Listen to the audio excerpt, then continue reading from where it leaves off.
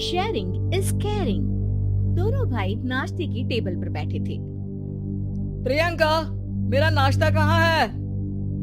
भाभी, मुझे भी ऑफिस के लिए लेट हो रहा है। इस पर प्रियंका किचन में से दोनों के नाश्ते की प्लेट्स लेकर बाहर आती है। लो भाई, आप दोनों का नाश्ता। किसी को भी 1 मिनट का सब्र नहीं है। ये प्रियंका का ससुराल है, जहाँ कोई औरत ना होने की वजह से शादी वाले दिन से ही घर के साथ दोनों भाइयों की जिम्मेदारियां प्रियंका संभाल लेती है। दोनों भाई शांति से नाश्ता कर रहे होते हैं कि अंकुश अपने भाई की प्लेट से पराठे का एक टुकड़ा उठा लेता है।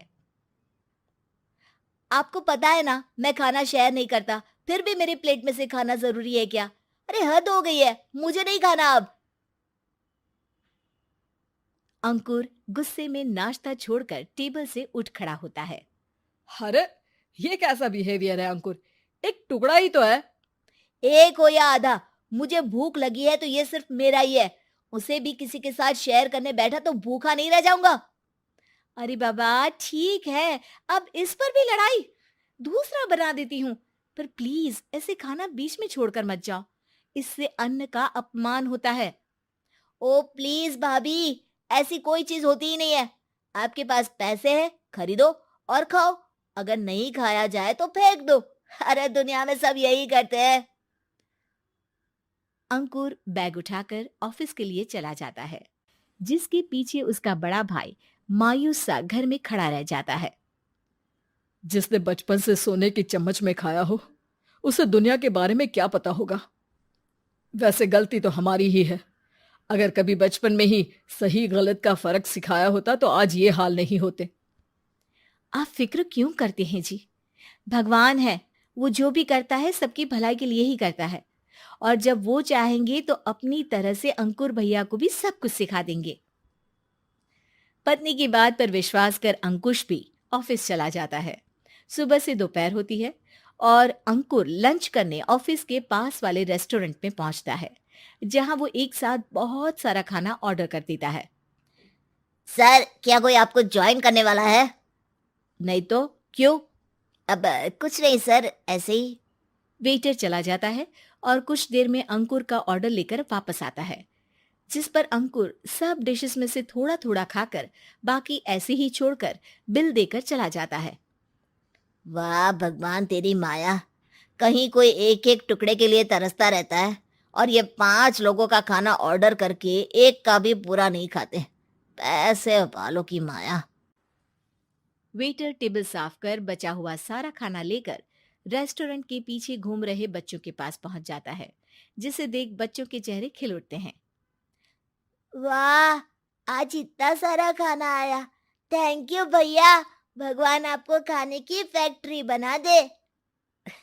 अगर ये फैक्ट्री मेरी होती तो तुम लोगों को कभी किसी का झूठा बचा हुआ खाना नहीं खाना पड़ता।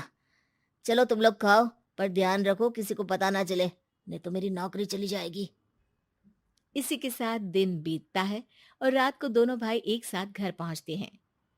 कुछ देर में सब डिनर करने बैठते हैं, जहां अंकुश अंकुर को समझाने की कोशिश करता है। अंकुर, अगर हमें लाइफ में सब कुछ मिला है, इसका ये मतलब नहीं कि तुम उसका गलत फायदा उठाओ, बल्कि तुम्हें उसकी मदद से दूसरों को भी मदद करनी चाहिए। भैया, जिनके पास नहीं है उनकी वजह मैं तो नहीं ना। और ऐसे बहुत लोग हैं जिनके पास सब कुछ है। इसलिए अगर मैं एक इंसान कुछ नहीं करूंगा तो कोई फर्क नहीं पड़ने वाला। तुम्हारे भैया बस एक चीज समझाना चाहते हैं कि जिस चीज की हमारे पास कमी नहीं है, उसे बर्बाद करने से अच्छा है कि लोगों के साथ शेयर करें। इससे हम सिर्फ सामान नहीं, खुशियां भी बांटते हैं, और इसमें तुम्हारा ज्यादा कुछ तो जाएगा नहीं।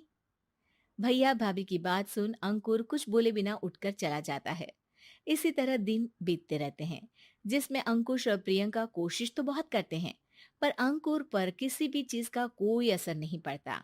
एक दोपहर अंकुर सैंडविच खाते हुए सड़क के किनारे चल रहा होता है। तभी उसकी नजर आइसक्रीम वाले पर पड़ती है और वो सैंडविच सड़क किनारे फेंक आइसक्रीम खरीदने पहुंच जाता है। अब इसे कहते हैं जिंदगी का सुख।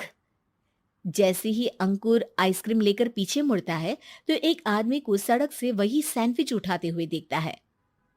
वो आदमी बहुत कमजोर, गरीब, जैसे बहुत दिनों से खाना ना खाया हो वैसा लग रहा था। अंकुर उसके पास जाकर खड़ा हो जाता है। उसे देखकर आदमी सैंडविच अंकुर की तरफ कर देता है। आपको भी खाना है क्या? क्या हम इसे आधा-आधा कर लें? मुझे बहुत भूख लगी है। वो मेरा ही झूठा सैंडविच है। तुम दूसरा खरीद कर क्यों नहीं खा लेते? इसे क्यों खा रहे हो? अरे भैया, अगर खरीदने के पैसे होते तो 4 दिन से भूखा नहीं घूम रहा होता। हैं? क्या? तुमने 4 दिन से कुछ नहीं खाया? फिर भी इस आधे सैंडविच को मेरे साथ बाँटने के लिए तैयार हो गए। क्यों? अरे भैया, पैसा नहीं है तो क्या हुआ? इंसानियत आज भी उतनी महंगी नहीं हुई और ना ही उस पर अमीर गरीब का टैग लगा है जो हम उसे रख ना सके। पर अफसोस, आजकल लोगों के अंदर पोषण, खून या विटामिन से ज्यादा इंसानियत की कमी होने लगी है। आदमी की बातों से अंकुर को समझ में आ जाता है कि वो आज तक कितना गलत काम करता आ रहा था। इसके बाद से वो अपनी किसी के साथ शेयर नहीं करने और खाने को बर्बाद करने वाली आदत को छोड़ देता है।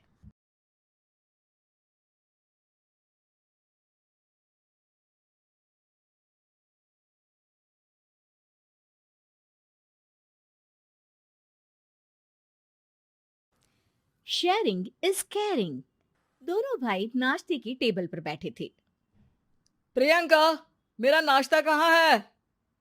भाभी, मुझे भी ऑफिस के लिए लेट हो रहा है। इस पर प्रियंका किचन में से दोनों के नाश्ते की प्लेट्स लेकर बाहर आती है। लो भाई, आप दोनों का नाश्ता। किसी को भी 1 मिनट का सब्र नहीं है।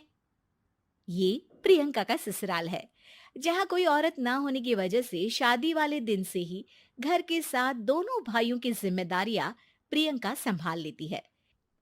दोनों भाई शांति से नाश्ता कर रहे होते हैं कि अंकुश अपने भाई की प्लेट से पराठे का एक टुकड़ा उठा लेता है। आपको पता है ना, मैं खाना शेयर नहीं करता, फिर भी मेरी प्लेट में से खाना ज़रूरी है क्या? अरे हद हो गई है, मुझे नहीं खाना अब। अंकुर गुस्से में नाश्ता छोड़कर टेबल से उठ खड़ा होता है। अरे, ये कैसा बिहेवियर है अंकुर? एक टुकड़ा ही तो है। एक हो या आधा, मुझे भूख लगी है तो ये सिर्फ मेरा ही है। उसे भी किसी के साथ शेयर करने बैठा तो भूखा नहीं रह जाऊंगा। अरे बाबा ठीक है, अब इस पर भी लड़ाई। दूसरा बना देती हूँ, पर प्लीज ऐसे खाना बीच में छोड़कर मत जाओ। इससे अन्न का अपमान होता है। ओ